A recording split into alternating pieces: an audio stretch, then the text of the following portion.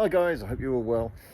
Doing better than me, I hope, because my 1 week old Tesla Model Y has sustained some damage at the front, a little bit at the back, but I think that's okay actually.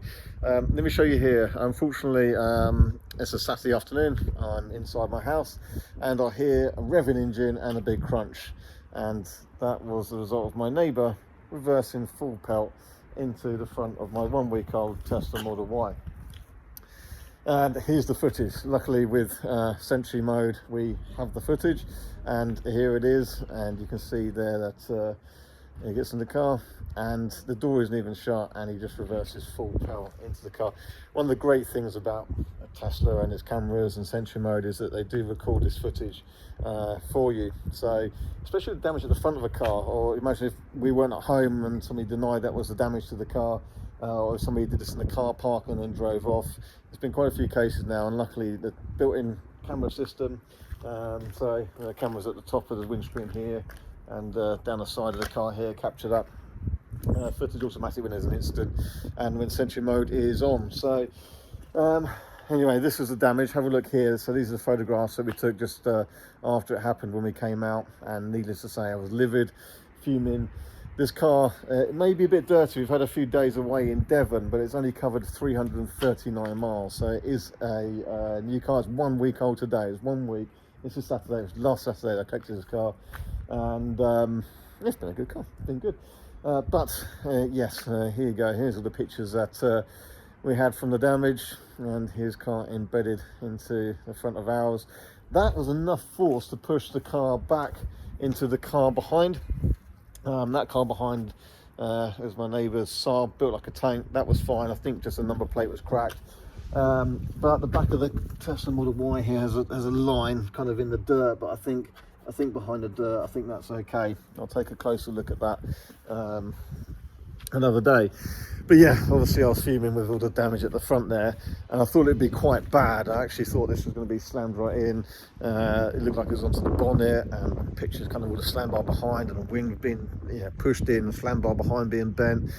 So before I did call the police, I didn't do a 999, but I contacted non-emergency and asked them to come down, because although a fairly trivial incident, no one was hurt, nonetheless I didn't want my neighbour to be removing the car himself, given his condition he was in at the time. He then could just drive into the front of a house. So they came down, and I think ultimately it's that sad situation where somebody shouldn't be driving. I have actually reported previously to DVLA that I don't think it's quite time anymore. More. We live just over here, at the end of this road here. There's shops. We've got shops locally. The chap has a mobility scooter. There's not really any reason to drive. We always offer to go and get shopping and such like. But it's that step of independence, isn't it? And I get it. You don't want to give that up, but it has been concerning us for quite some time. In fact, there is a way on DVLA to report it, which I have done. Anyway. Right, once everyone had calmed down a little bit, the police extracted his car from mine. So this is the remains of damage to a Renault Kangoo. Has pushed all that in there. This whole bumpy corner has been dislodged and pushed and bent. And this is currently my Model Y, after I've undertaken some repairs myself. This was all pushed in, so you can see from these pictures here, this is all pushed right in. This is a metal number plate, I think, so that's just been bent, so that's actually okay. But this was pushed right in, and obviously didn't look very good. What I could see though when the car's removed is the bonnet edge actually, those plastic was touching the bonnet edge. The bonnet actually looks absolutely fine, but what I didn't want to do is drive it and have this plastic kind of rubbing on the bonnet, and then that would damage the paint on the bonnet, and that would need painting. It's annoying enough needing a bumper and paintwork on the car anyway. I was going to get this PPF to which wouldn't have helped obviously in this case. In fact, I would have spent the money having PPF and then needed to do it again. So maybe it's a good thing that I didn't for this particular scenario. Anyway, what I managed to do here was I need to get this in a slightly more presentable shape, because I think it's going to be potentially a little bit of time before we can actually get maybe parts. I don't know. I need to go through insurance because it needs to come from his insurance policy, and I think it could take a while for them to get parts, considering these cars have only been in the UK for 1 week. Anyway, so it's much more presentable now, you see. So what I did was I actually got some hot water from the kettle and poured it over the plastic part.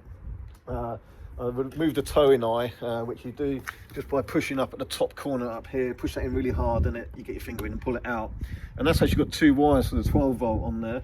But got that out, and I can pull some of the dent from inside there, but I really needed to get along to this crease line here, so I got the frunk out of the car, which is very simple, just a couple of bolts, I think 1, 2, 3, 4 and a little clip. I'll just get my arm in under here and just pushing this out.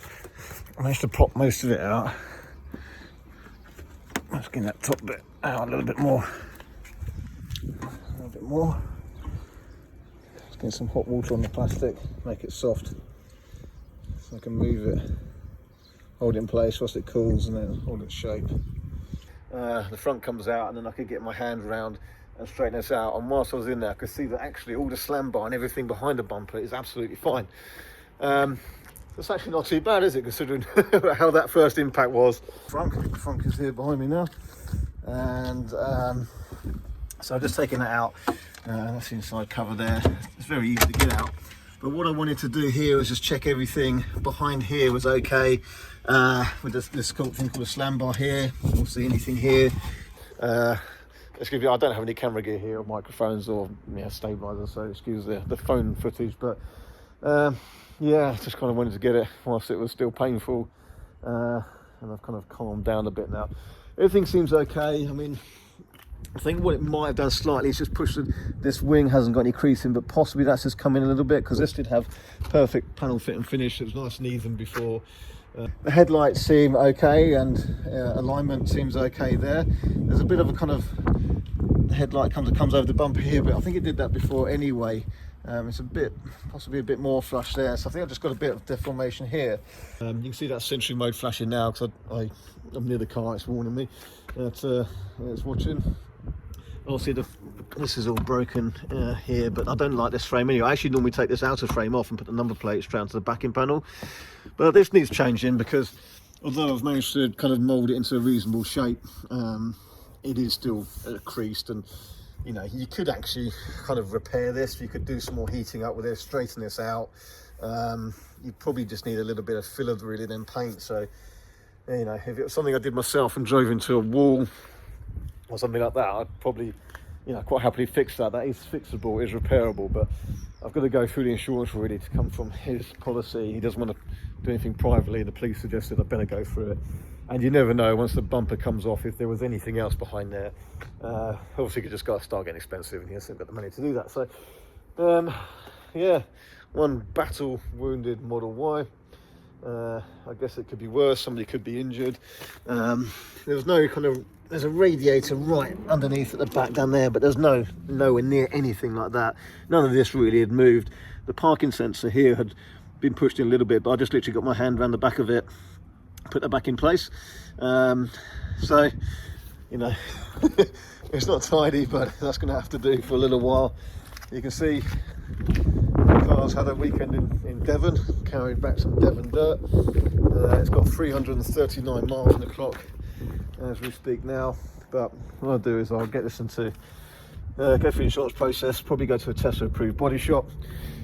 They'll fit a new bumper, they'll paint it, it will look as good as new again. It's only a flesh wound, and worse things are happening in the world today, so a bit of damage to the front of my car, not so bad. But I was fuming, I was absolutely livid and raging, as I think most people would do with a 1 week old 300 mile £60,000 car that someone's just driven into. But anyway, just share a bit of my pain, so please like this video, make me feel better, and we'll get this fixed up in no time. Hey everyone, thanks for watching our videos. If you like our content and want to see more, don't forget to not only subscribe, but also hit the bell icon for notifications so you don't miss any new videos as they're uploaded. Plus, we're also on Instagram, just look up R Simons or RSEV. We're on Facebook and Twitter. So lots of news, stories and things as we go on each one of those channels.